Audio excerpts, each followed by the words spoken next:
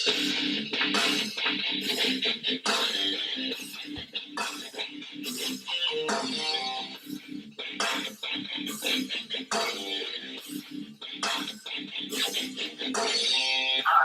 Sutton, launch center for your Washington Redskins, and you're listening to Chuck Norris Radio, Darwin Memorandum on Clutch Sports Radio.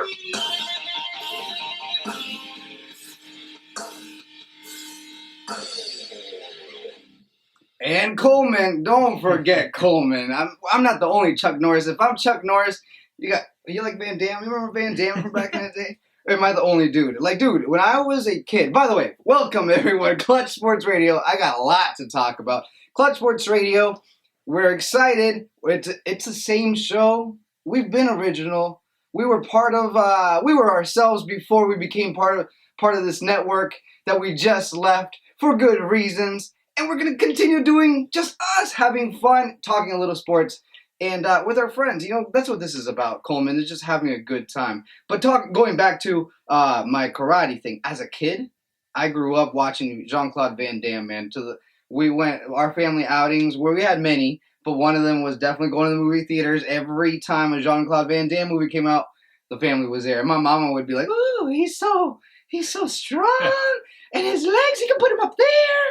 That's exactly what her legs. Mama. Because I know that's what you watch him when Jean goes like that, puts the legs up there. You watching his leg. Okay, Mama.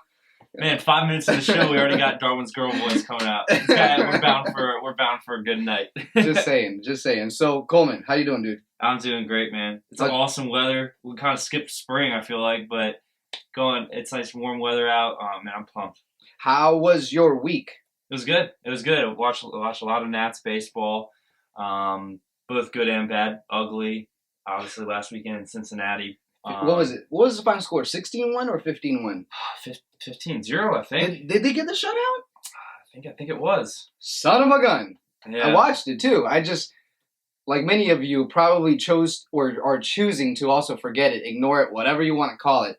But let's talk about that. The red hot Nationals, because in my opinion, they're red hot. I'm still, I went to a game a few days ago on Tuesday, I want to say, exactly, Tuesday night. It was a great game, 8-7, a lot of offense all of a sudden, and it was great. It still takes me back, Coleman, to the feeling that when I purchase these tickets, knowing that I'm going to go to these games, it's extra exciting because this very well may be a World Series team, and how cool is it to be able to watch it from the beginning? This is really crazy the way the Nats are going into this year and the buzz that's already surrounding the team. Because can you really remember, a year that they've come in with this much expectation and there's really been that buzz and that feel around the park like it already is, October, September of last year.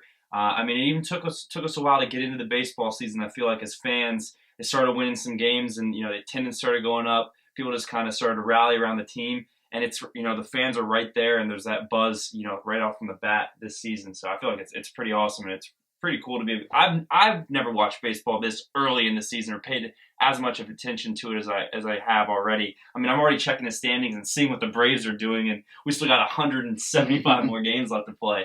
So I think that's just a little crazy on my part, though. No, and I agree with you. So and there's been a few standouts as well. Jason Worth.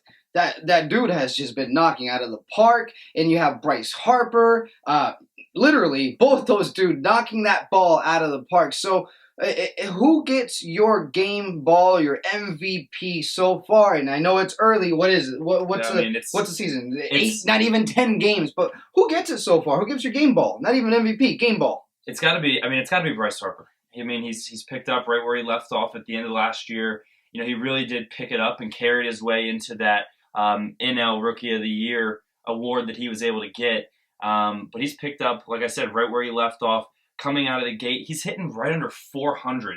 I know it's only about 10 games in, but that's still incredible. It's like pitchers are going up there fearing him, and he's definitely made him pay a bunch. He's proven that he can both hit breaking balls out as well as fastballs. So pitchers are kind of confused on what they should do and kind of how they should pitch him right now. He crushed a ball the other night.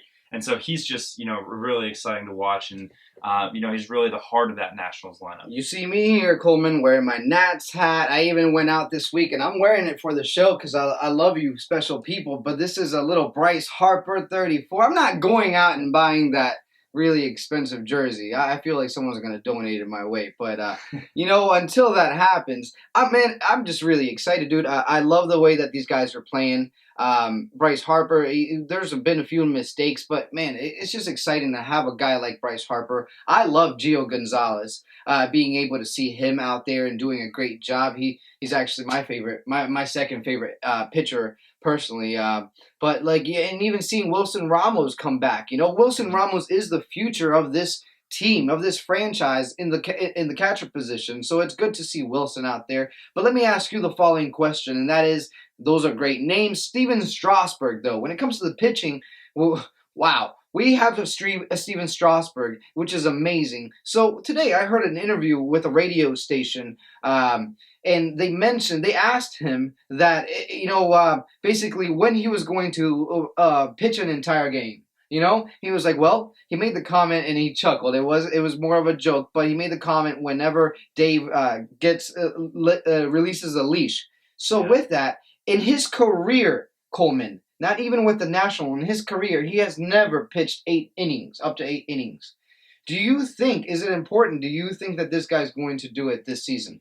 Yeah, I think they're going to kind of loosen that leash and give him a little more leeway and let him pitch deeper into games as he really, proves himself to be more of a veteran pitcher, I should say.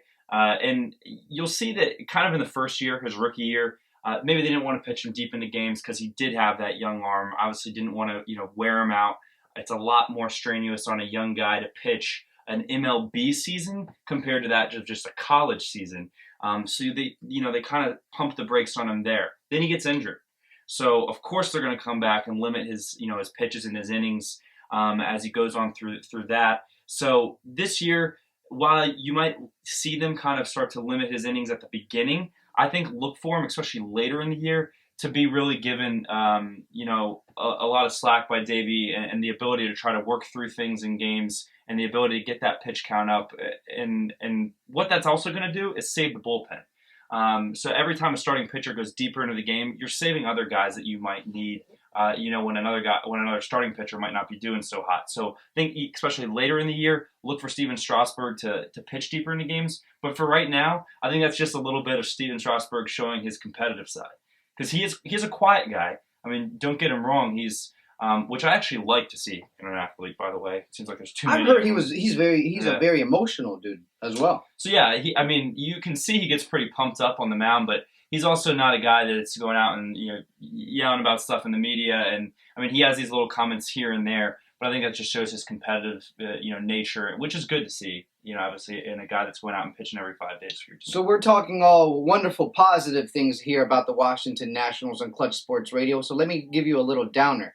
Going back on Saturday's game that we just mentioned, that they got their butts whooped. Going into that series, it wasn't a big test, but hey, you know what? They beat the Marlins, and they were supposed to be a really kind of down at the bottom kind of team, but going into the Reds in that series, those two teams are expected to be at the top when all is said and done, going at it at the very end, seeing who gets to that ultimate goal, and that is a World Series. And that first game there, it just didn't go so well. But with that, they bounced back, Coleman. What does that say about that team getting their butts whooped, but then the following day getting a W?